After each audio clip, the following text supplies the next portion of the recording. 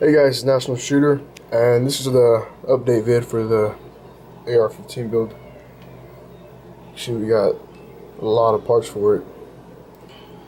Got the trigger group inside the Aero Precision, just a Hogue pistol grip, a Troy Industries trigger guard,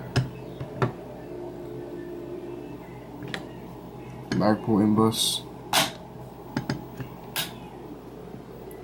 standard adjustable stock, just an aluminum free float handguard.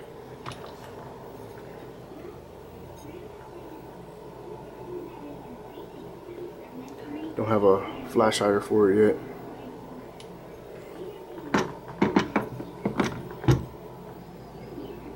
Show you the whole gun.